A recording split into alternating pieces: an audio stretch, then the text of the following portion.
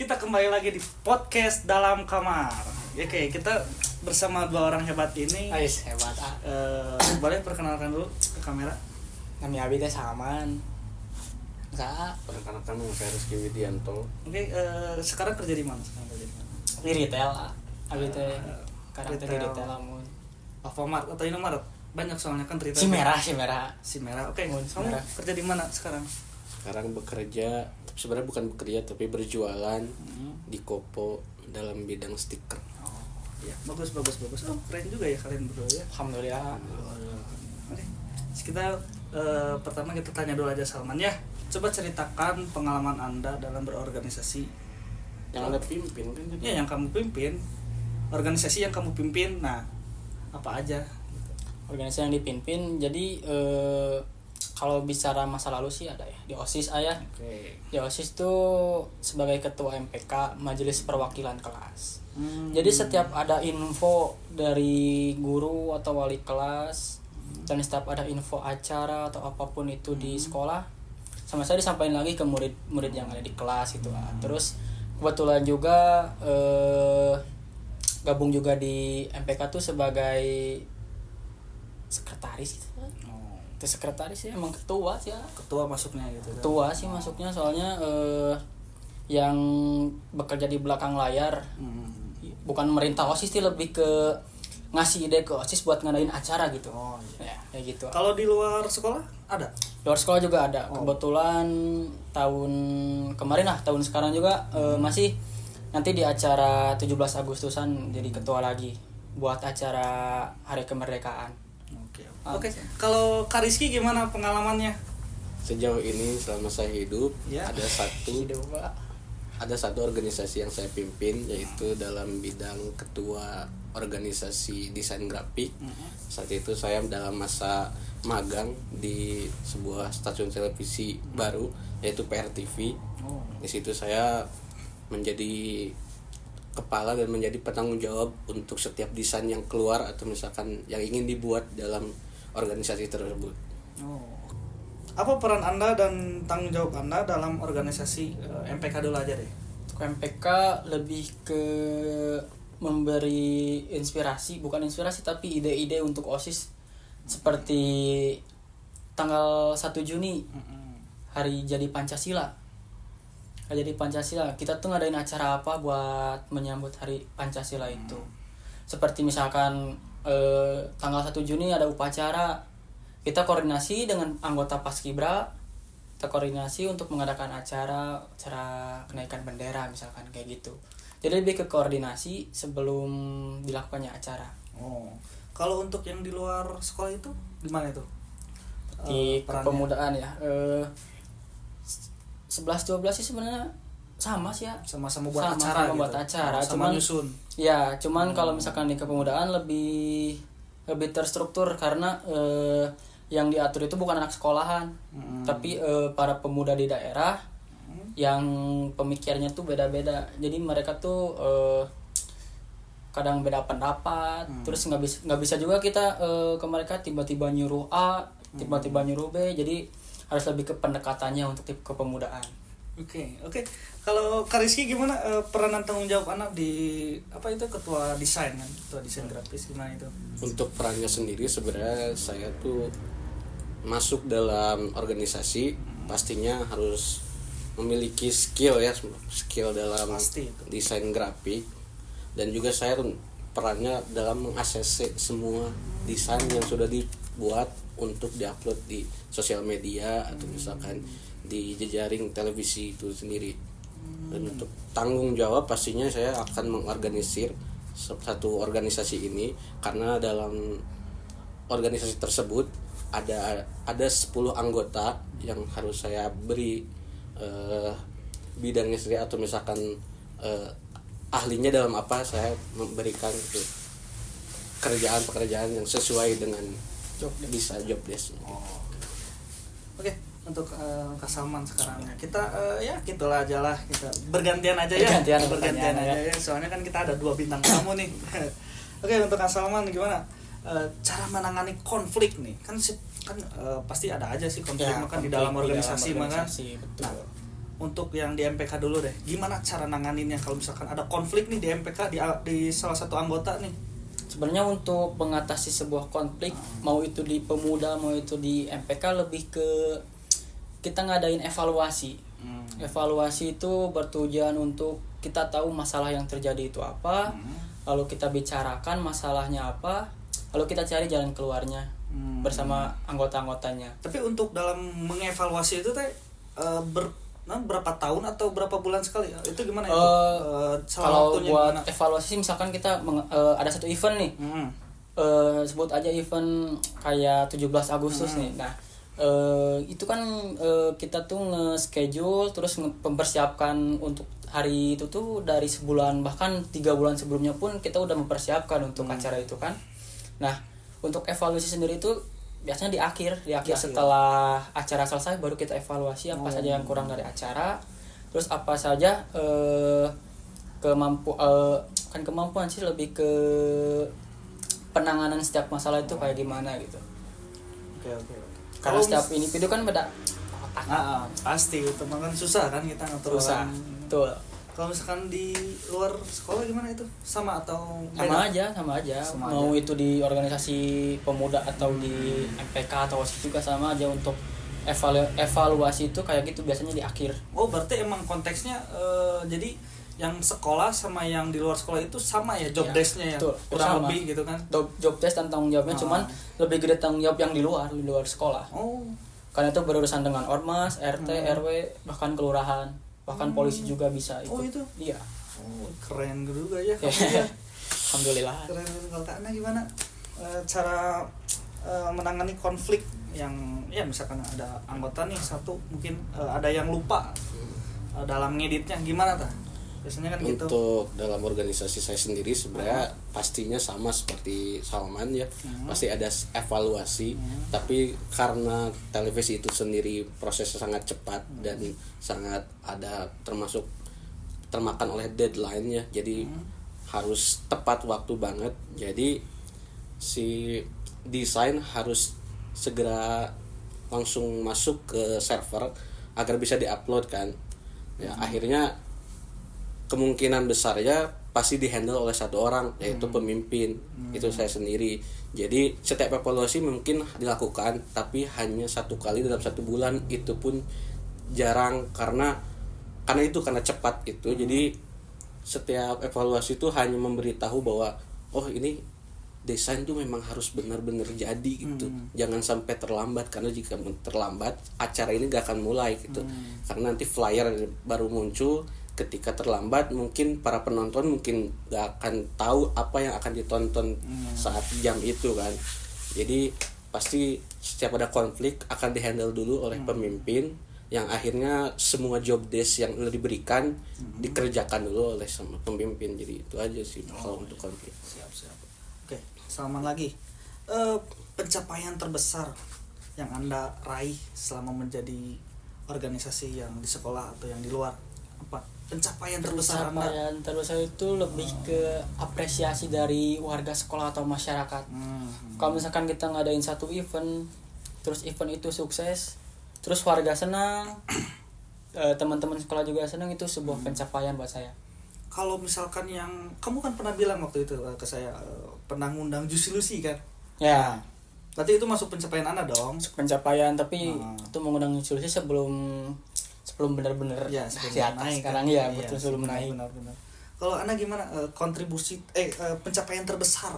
Pencapaian terbesar saya adalah diberikan tanggung jawab yang lebih dari pusat pemagangan saya di PRTV. Saya dipilih sebagai pengkoordinir atau menjadi kameramen waktu itu ya, dalam acara kegiatan presiden di Bogor, di Sentul.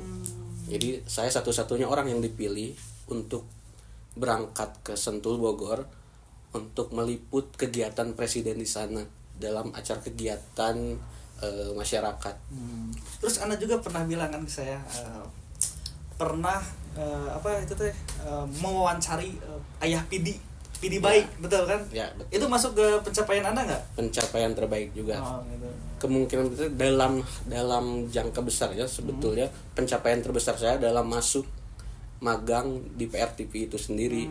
Karena dalam proses magang saya mendapatkan pengalaman-pengalaman yang sangat luar biasa. Saya diberi tanggung jawab dan dipilih untuk menjalankan satu liputan atau satu acara yang sangat penting, yang di situ saya mewawancarai Iyang Darmawan selaku aktor hebat dan juga anggota dari grup vokal gitu, PD Baik. Juga saya mewawancari dulu mungkin zamannya Ridwan Kamil menjadi wali kota. Saya mewawancarai dan mungkin sangat dekat dengan istri Ridwan Kamil itu sendiri. Keren juga ya.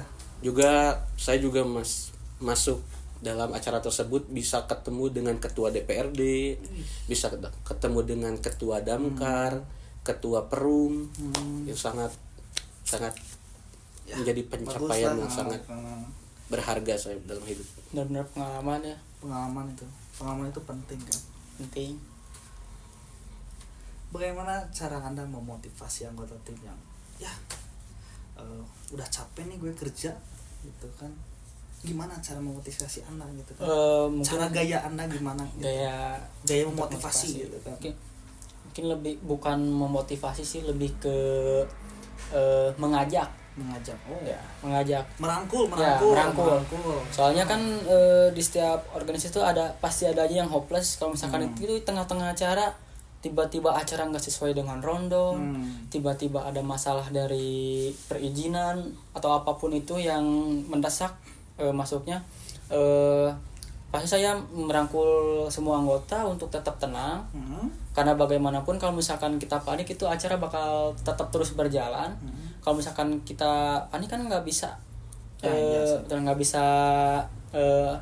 berpikir jernih, nggak bisa ngebedain masalah itu kayak gimana. Makanya lebih ke merangkul, kita cari jalan keluarnya gimana, terus kita koordinasi lagi biar semuanya sesuai. Oke. Kalau gimana dengan Kak Rizky? Untuk saya sendiri untuk memotivasi orang lain. Apalagi kan desain itu kan kerjanya berat kan. Ya, tapi dalam proses magang itu ya, karena ini kan memang dalam proses magang. Jadi untuk memotivasi secara lain, saya tidak pernah melakukan hal verbal ataupun merangkul orang lain, tapi lebih ke memperlihatkan atau memberikan contoh baik yang saya lakukan depan orang lain, agar orang lain pun melihat pencapaian saya, yang akhirnya mungkin tergerumuh bisa termotivasi lah hatinya, yang akhirnya bisa mengikuti jejak atau misalkan mengikuti apa kegiatan yang saya lakukan.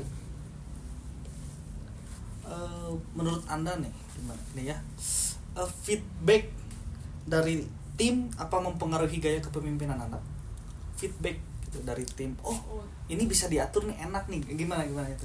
Untuk timbal balik dari anggota sih lebih ke bersyukur lah. Bersyukur, terus lebih ke gimana kita memimpin mereka. Karena kalau misalkan kita keras ke mereka, mungkin mereka juga bisa lebih keras kepada kita untuk di sebuah organisasi. Contohnya kalau misalkan pemimpin tuh asal tunjuk, nggak mungkin kan kalau pemimpin asal tunjuk, tapi nggak tahu bakal gimana ke depannya. Lebih ke dibarengi lah, bareng gitu. Kalau misalkan ada buat masalah atau apa, dibarengi gitu. Jadi lebih ke berarti ngaruh banget lah pokoknya feedback dari tim ke kita. Buat feedback mah ngaruh banget sih, apalagi feedback kalau misalkan gampang dari kita ada salah gitu ke anggota, terus anggota tuh tiba-tiba bilang sama kita, itu benar-benar salut itu. Betul. Kalau Bapak gimana Kak Rizky nih? Untuk feedback dari orang lain kepada saya. Iya, betul. Untuk feedback orang lain kepada saya. Tapi dalam anggota tim ya, konteks anggota timnya gitu. Tim kan.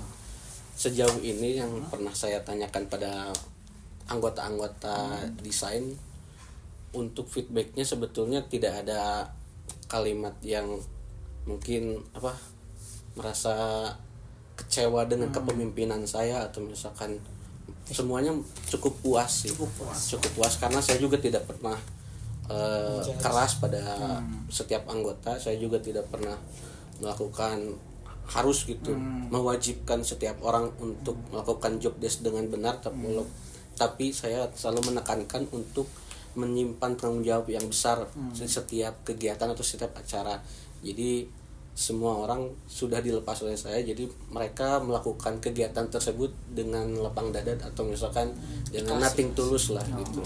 Berarti Anda cukup bagus juga ya dalam memotivasi itu kan, karena kan Anda bilang kan gitu kan, cara memotivasi ya, Anda kan dengan cara saya bakal bekerja lebih keras lagi nih, akan lebih baik lagi nih, agar yang anggota tim itu bisa mencontoh saya atau misalnya diri saya gitu kan. Ya tidak ada paksaan dalam kepemimpinan. Oke, bagus. Nah, ini untuk Salman nih, bagaimana cara menyeimbangkan nih antara memberi perintah dan memasukkan dan mendengarkan masukan tim. Jadi gini, Anda memberi perintah nih kepada ya anggota-anggota kamu, terus tapi si anggota itu bilang gini, tapi Pak gini, cara yang gini itu salah Pak, tapi yang benar tuh gini Tah. Itu gimana? Untuk Cara menyeimbangkannya gitu. Karena sebelum memberi perintah tuh lebih ke kita tanya dulu sih ke anggotanya. Kalau misalkan kita ada ide nih, misalkan buat acara nanti 17-an idenya kayak gini. Nah, kalau misalkan kita main asal setuju aja tanpa persetujuan anggota lain, itu pasti jadi masalah. Ya, nah, kalau misalkan salah satu dari anggota tim kita nggak setuju kan, kita nggak bisa langsung menjalani kan. Makanya lebih ke organisasinya sendiri, terus tanya lagi ke anggotanya, terus kita ngadain rapat lagi. Yang ngambil jalan terbaik yang mana buat acara. Dengan cara voting itu lah. Ya, dengan cara voting, untuk memvoting mana yang terbaik. Soalnya kan di negara kita demokrasi ya. Demokrasi. Suara paling banyak itu pemenangnya. Nah, betul kan? Betul. Karena dalam setiap organisasi juga itu penting kan demokrasi itu. Penting, terus beda-beda otak. Ya, tapi betul. Kita tuh walaupun beda otak harus satu tujuan. Betul. Nah, untuk Rizky ini gimana nih cara menyeimbangkannya? Soalnya kan gini, desain itu kan pasti desain itu kan anak-anak kreatif kan, pasti kan menuangkan kreatifnya atau imajinasinya ke dalam desain tersebut kan, pasti itu sangat sulit dong cara menyeimbangkannya. Nah, tipsnya gimana nih caranya? Mungkin untuk setiap job desk saya tidak pernah menuntut setiap anggota harus memiliki skill dengan kesetaraan yang sama, tapi saya selalu memberikan acuan-acuan tertentu untuk setiap anggotanya, yang akhirnya setiap anggota kan memiliki saya diberi tanggung jawab nih oleh pemimpin kan, ketua. Jadi tadi tuh tentang desain ya. Desain kan.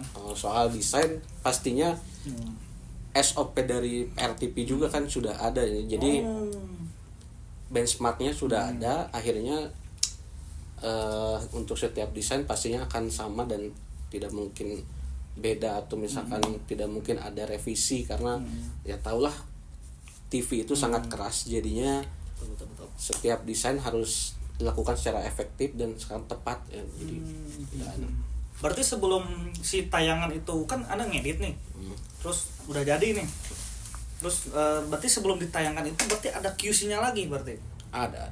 Tapi oleh Kariski atau sama tim PRTP-nya langsung? QC-nya? Dari saya dan langsung kita lapor dulu ke atasan. Apakah ini layak tayang tidak? Gitu kan? Layak tayang atau tidak? Oke. Nah, ini untuk Kak Salman. Pasti kan anggota ini kan banyak kan? Banyak. Pemuda atau di sekolah itu kan pasti banyak nih. Bener banyak. Cara penolakan nih. Bagaimana Anda mengatasi penolakan terhadap perubahan yang Anda usulkan nih? Contohnya kayak gimana? Penolakannya kayak gini, misalkan saya nggak mau nih ngundang Juicy Lucy soalnya budgetnya mahal nih, tapi Anda nih ada nih perubahan, misalkan mungkin kita undang 420. Gimana nih mengatasi penolakan itu? Untuk mengatasi penolakan sih sebenarnya sebelum acara tuh kan kita tuh membuat proposal. Di proposal tuh kita bikin RAB untuk budget. Misalkan buat acara ini tuh kita ngabisin berapa, bintang tamu ngabisin berapa, sound system, makanan, konsumsi untuk panitia tuh segimana, kita tuh budgetin. Karena sebelum kita mencapai final dari proposal, sebelum ditandatangani oleh pihak terkait, kita tuh pasti dirapatin dulu untuk yang paling minim, yang paling masuk ke budget yang sekarang kita dapetin tuh kemana. Jadi kalau buat penolakan kayak gitu sih mungkin lebih ke sebelum acara ya, kayak misalkan diskusi lagi ya, gitu. lebih ke diskusi lagi karena emang susah sih kalau misalkan kita tiba-tiba langsung approve tanpa sepengetahuan anggota, kan anggota juga jadi pertanyaan. Ini kenapa beda dari proposal? Bingung juga kan, bingung. anggota juga kan. Ya. Nanti kerjanya gak bener kan. Nah, gitu kan. Bener nanti malah semaunya sendiri. Aneh kan maksudnya. Orang ketuanya juga kayak gitu kan. Iya, benar. Bagus Anda. Oke, dengan Kak Rizky gimana cara mengatasi penolakan tersebut? Penolakannya ini lebih ke oleh anggota atau oleh pimpinan? Kalau misalkan dari anggota gimana dulu nih anggota?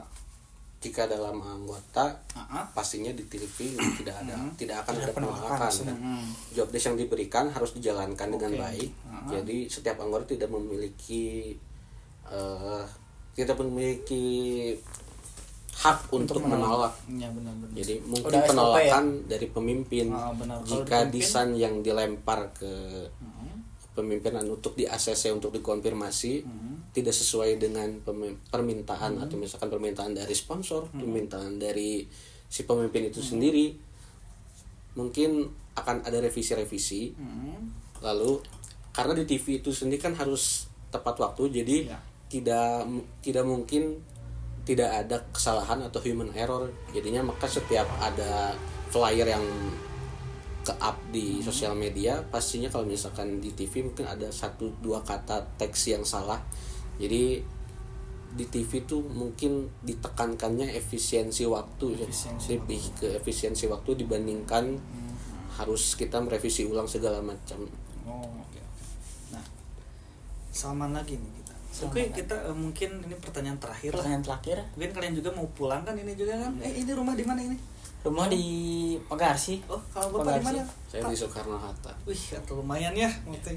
Waktu juga sih jam berapa ini? Aduh, lumayan juga ya nih. Lumayan ya. Langsung aja nih ke pertanyaan terakhir nih. Bagaimana Anda menilai keberhasilan dalam melaksanakan acara?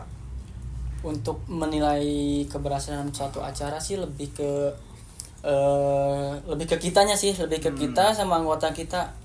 Kalau misalkan kita dalam sebuah acara, sekarang kita ada ngadain event nih, terus komunikasi kita baik dengan setiap divisi, entah itu divisi keamanan, divisi konsumsi, sama ketua, itu akan lebih baik kalau misalkan komunikasinya lancar. Lebih ke misalkan ada masalah, kita langsung komunikasiin gitu tuh. Kalau misalkan tetap nggak bisa, kita rundingin lagi. Mencari sampai mencari itulah tujuan bersama lah pokoknya kan. Kalau misalkan kayak gitu. Oke, dengan Kak Rizky gimana? Keberhasilan kan. Ya. Dalam organisasi desain mungkin keberhasilan yang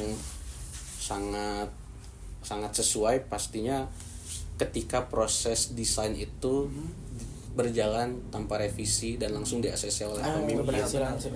Jadi kita langsung bisa melakukan job desk lain selain desain itu sendiri. Jadi kita bisa lebih efisien lagi dan setiap liputan pun tidak ada dan bisa diterima lah dengan baik gitu oleh masyarakat, dan desain yang terpampang di sosial media atau dalam acara tersebut bisa terbaca atau misalkan bisa masuk di otak dan di pikiran setiap pembaca ataupun setiap yang menonton itu. Terus kebersihan. Oke. Mungkin segitu saja ya. Terima kasih teman-teman yang sudah datang ke podcast Kamar Kita. Iya. Namanya Kamar Kita ini? Ya karena kita lagi di kamar kan. Makanya kita bilang podcast Kamar Kita. Oke. Terima kasih ya Salman, Rizky. Terima kasih. Yuk. Bye.